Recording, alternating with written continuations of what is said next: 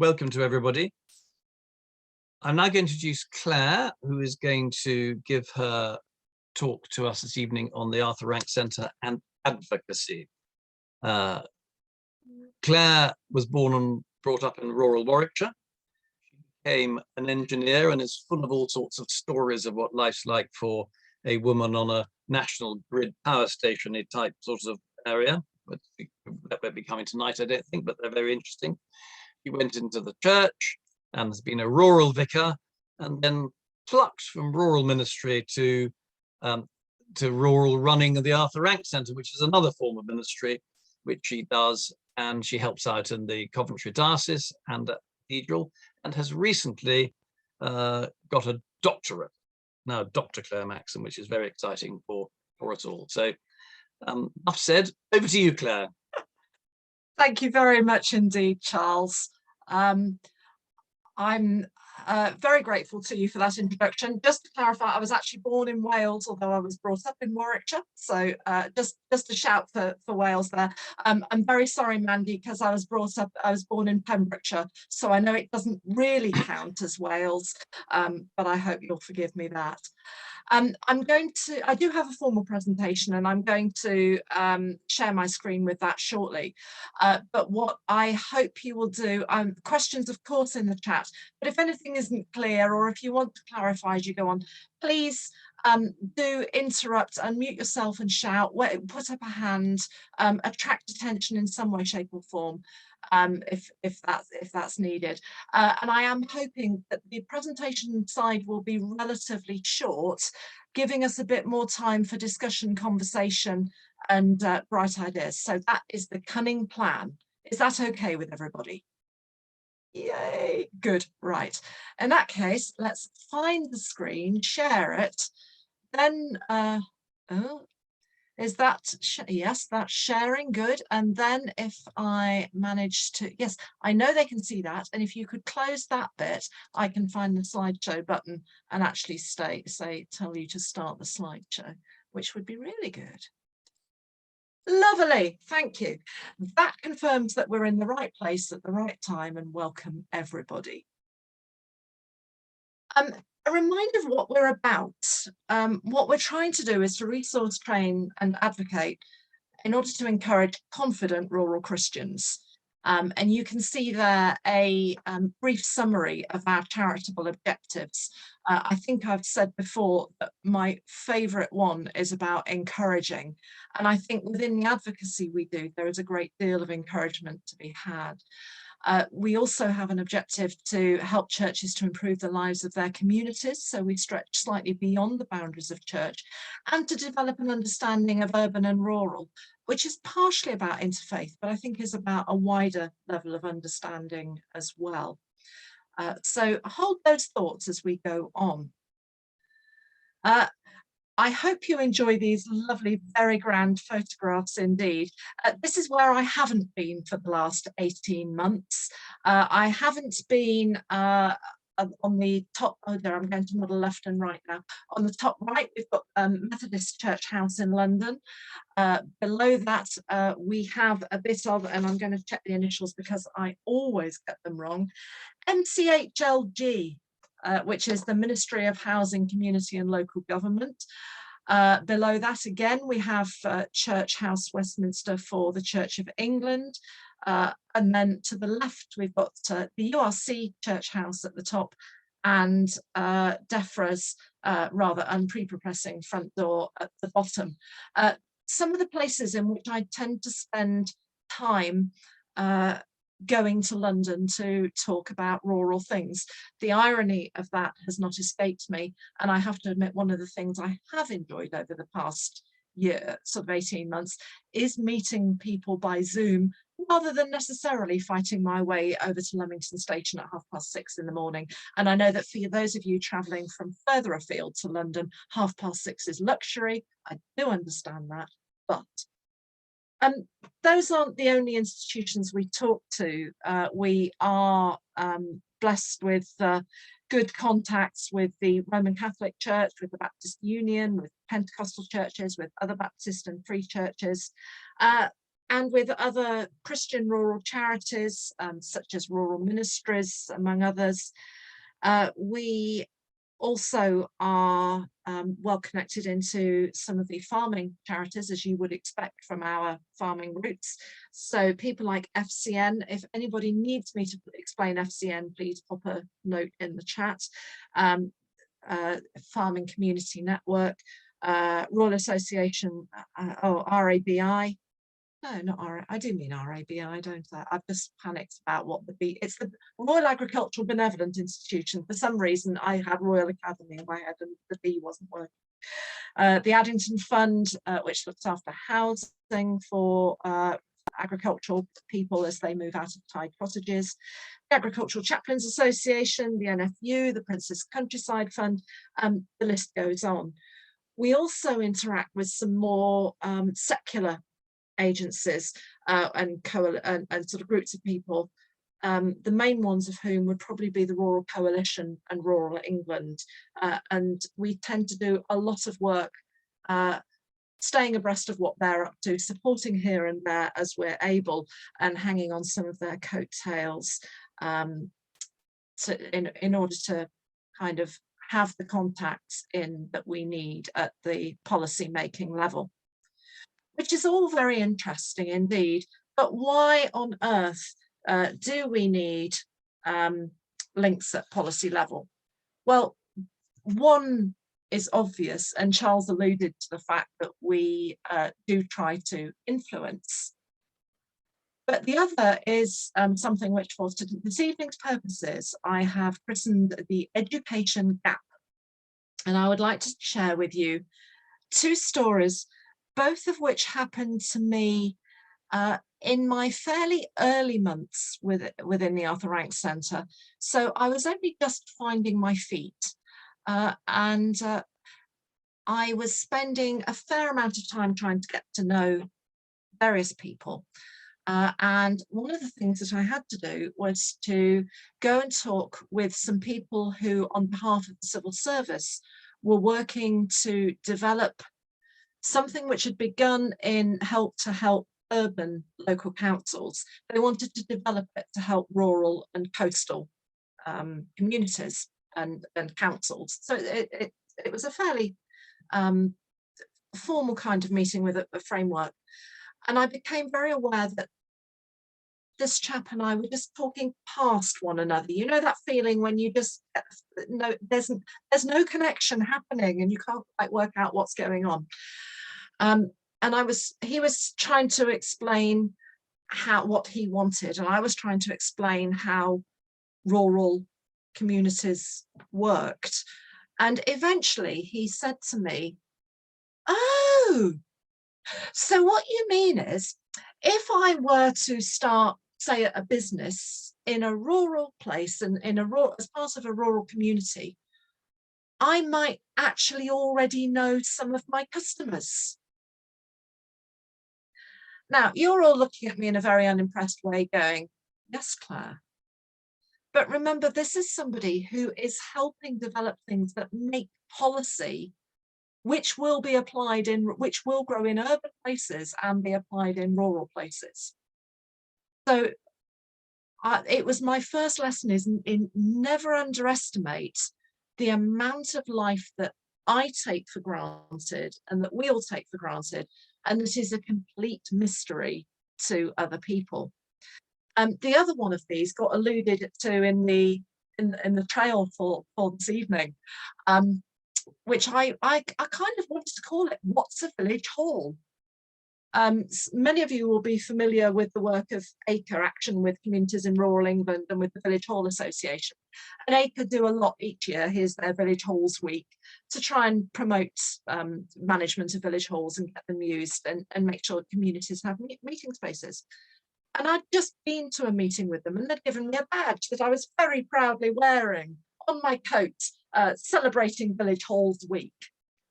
And I got chatting, as one doesn't do in London, on the street to a young woman who had seen my dog collar and gone, "Oh, I go to church." Great. So we talked a little bit about her church, and she looked at my badge and she went, "What's the village hall?" which kind of left me slightly speechless. And I said, well, you know how outside London there's like villages, which is like, yeah, like groups of little cottages and shops and pubs and the odd school and where people live, and then there's like fields in between. She's like, oh, empty space. I'm like, no, fields, trees, rivers, stuff. Okay, yeah, I don't do countryside. Okay, yeah, gathered that. So what's a village hall? And in the end, the thing that made the light bulb click on for her was me saying, well, you know how in a block of flats there's often a community room? And she went, oh, so like it's a little house for people to meet. Got it in one. I've laboured the point that you cannot underestimate or overestimate the lack of knowledge, and you cannot underestimate people's ignorance about rural life if they've never been in rural places. And I still contend that as rural people, we tend to have to learn to speak urban. It's more rare for urban people to learn to speak rural. So a lot of the conversations I seem to have are basically me attempting, without being a patronising old bat, to educate people just a little bit about what rural life and rural church and rural Christianity is like. I've given you two secular examples. Please don't imagine it's only a secular problem. Let the hearer understand. One of the things I like to try to make sure I talk about whenever I'm meeting anybody, in order to sort of do some of this communication about what's going on in the rural space, is to talk about some of the joys of it and the positives about it. I'll come on to the reason why in a minute, but we all know it. You know, if you're in appraisal, in an appraisal, you always do the positives first. If you're giving feedback, you do the positives first. So I always try to talk about some of the joys of rural living, and I think for me, the obvious ones are living in the middle of God's creation, seeing seasons change, watching the landscape change, watching the weather change. I've actually really enjoyed the rain today. It's the first good blattering rain I've seen in ages. I know I'll be sick of it by next week, but that's not the point. So something about living in creation. And certainly from a Christian point of view, Jesus rooted so many of his stories in the parables, that I think it's such a joy to be able to explore them with people who instinctively understand when you say a sower went out and started sowing seed, that they actually know what you're talking about. You don't have to explain what that means. And don't forget, for some people, sowing seed is a completely alien experience.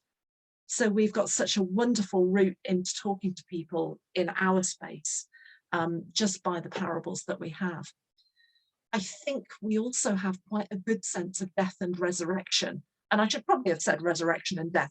You know what I mean? Because we see the cycle of seasons, because we live quite close to what is going on, I think we understand a little bit about death and resurrection in the rural church. I think we definitely understand a lot about connections with each other, about relationship, and about how people belong to a place, to a church, to a community, to a particular network. And I think that's a powerful thing for us. And I think one of the joys is the size that we are, whatever size that may happen to be. I will at this point quote the very famous saying that a satsuma is not a failed orange, a satsuma is an excellent satsuma. I know that many rural churches are small, but they are very good at being church in their place. I've also got here some of the joys from perhaps a slightly more secular perspective. One about community, about being known. People do appreciate that if you're living among a smaller number of people, you're more likely to have a sense of your place within that community. Things like the quality of life. The air quality, surroundings, the beauty. We know that those are things that people appreciate, whether they are Christian or not. Oops, I'm just checking chat. So those are some of the things that I tend to talk about. But of course, there are issues. And in my world, they tend to divide or appear to divide across two fairly distinct constituencies between the church and the secular. Church are in church, people are worried about the quality of discipleship. Are people really understanding and are they really talking about their faith? Are they good disciples? Are they missional? Are they going out and sharing the gospel? And of course, from a rural perspective, people are often very concerned about structures, about governance, about church buildings. That structures in just about every sense. So let's not underplay the fact there are issues that need thinking about. And size. I think the Church of England has finally accepted, sorry, Methodists and others, the Church of England has finally accepted that most of their churches are actually around about 30 or 40 people. They are not all mega churches. But it's taking a long time for them to get their head around that, and even longer for them to get their head around the fact that's not necessarily a bad thing. Size apparently does matter. But there's other issues as well, and these are the ones I tend to hear a lot about when I'm in the more secular spaces. So the ones about sheer distance that people have to travel in order to live their lives, the one about adequate, affordable housing, the one about suitable employment, whether that's around good employment, good quality employment for people who are there, whether it's around skills gaps and employers saying that they can't find people with the right skills. Health and social care is actually getting a lot more prominence now, partially because of our awareness of things like the golden hour. If you have a stroke or if you have a heart attack, we know how important that is in terms of caring for people at home. Caring for people in their own home can be viewed as much more difficult if they are living in a village or up a track than if they are living in a flat in the middle of Walthamstow. Education. A lot of the education system now is predicated on choice. But actually, if you don't have multiple secondary schools that are easily accessible, then you do not have a choice between a language academy, a sports academy, a science academy, a music academy, or whatever it may be. It is a much more difficult thing. And of course, if you are, as I used to as a child, traveling by bus, you can't do the after school activities because if you miss the bus, you're not getting home.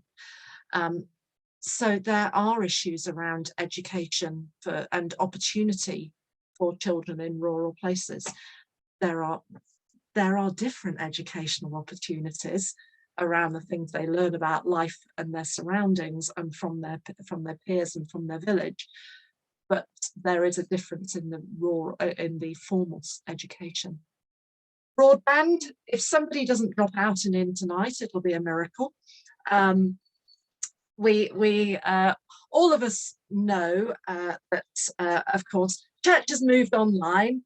I was at the Church of England seminar. Sorry, I've got a lot of Church of England examples tonight. I do apologise. Sarah, I'm expecting you to actually shout at me soon if I don't get a bit more ecumenical, and that's okay. Or if any of the rest of you want to shout at me about that as well, please do.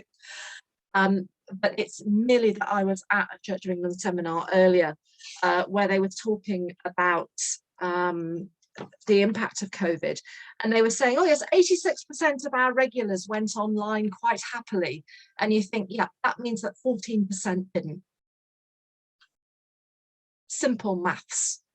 And they said, well, actually 9% just didn't, and 4% sometimes went online. Well, of the 9% who didn't, there will be all sorts of reasons. But there are places where it's just not possible on your internet to interact with people in a way that is sustaining and life-giving. So broadband is and remains an issue. Transport, provision of local transport, public transport, buses, trains, thanks Dr. Beeching, and it hasn't improved since. And last but not least, sort of general service provision. If you need to sign on, if you need to get yourself to a job centre, if you need a doctor, if you need a dentist, if you need a pint of milk, if you need cash, where are you going? What are you doing? So those are all, or that's quite a long list of the secular issues. And from that long list, you can see why I try to talk about the joys, because my experience of a lot of the secular lobbying and attempts at influencing is that when somebody with who's perceived to have a degree of power and influence from government appears, they are promptly beaten over the head with a list, which may be a detailed subversion of some of these, or it might be this list or one very similar.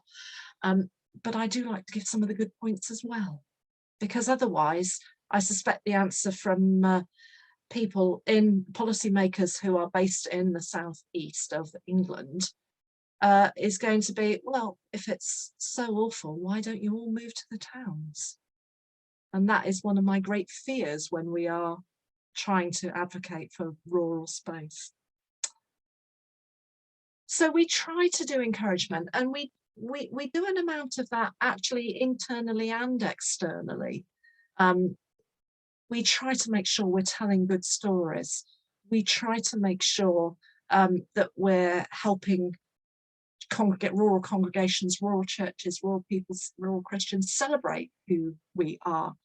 And we're trying to make sure that people do get the opportunity to share the good practice and to learn from one another.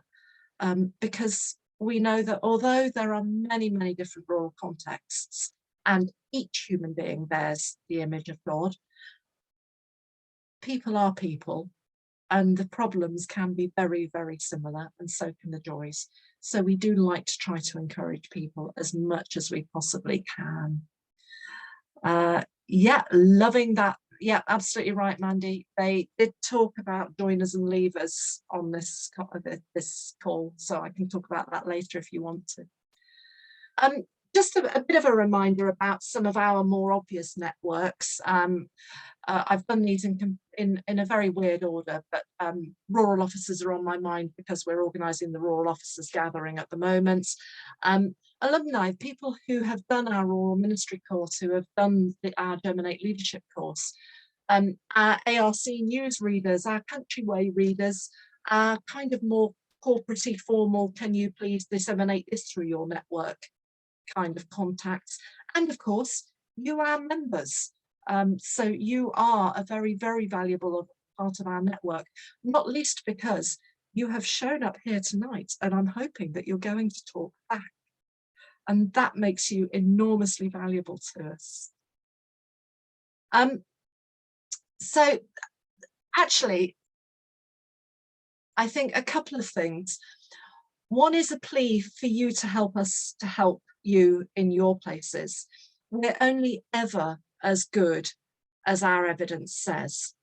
So if someone says to me, what do you think about X, Y, and Z? It's extremely useful if I can say, well, in this particular place, this has worked exceptionally well. It's also worked in this diametrically opposite place at the other end of the country, and it didn't work quite so well down there, but we think that was because of X, Y, and Z. Suddenly I can have an intelligent conversation with somebody about it rather than, ooh, I'm sure I remember somebody once said something about.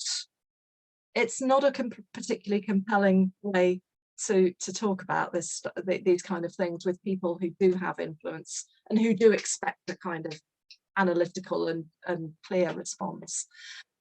So my plea to you always is to keep telling us your stories, because just as I was saying at the beginning, there is no plumbing the depths of ignorance of urban people about rural life.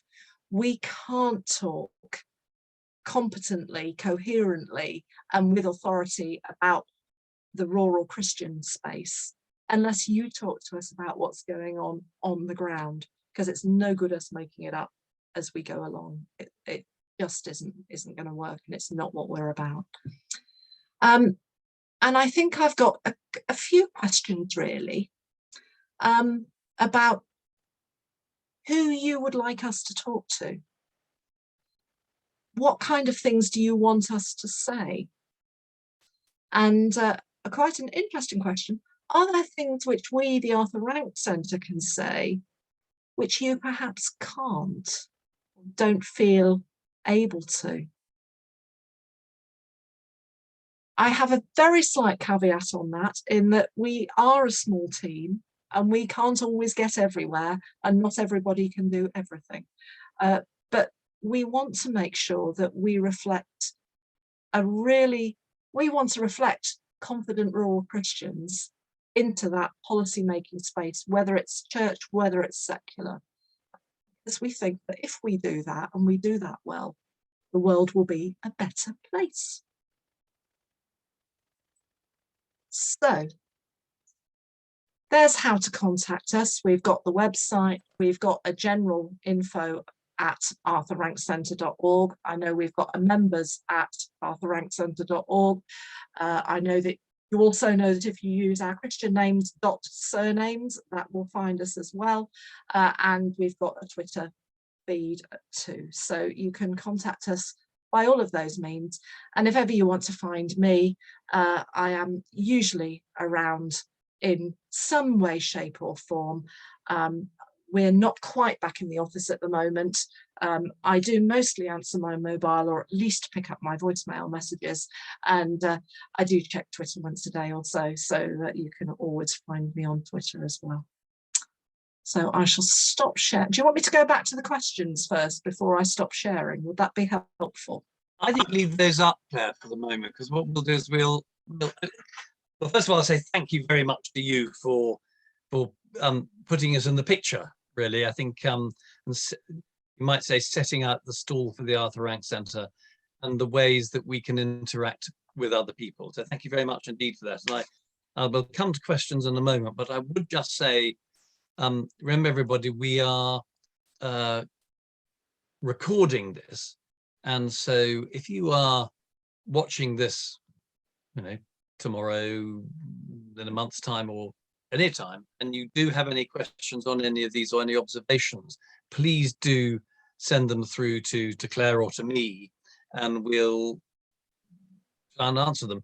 One of the things I would say is that Claire said that we're a small organization, which is quite true, but we do have a very wide-ranging level of experience in all sorts of different ways. So if you do have any questions or problems or something you'd like to put to us, there might well be somebody within the organization who can help personally, or will know somebody who can, and we can certainly put you on the right route. So I'd say that.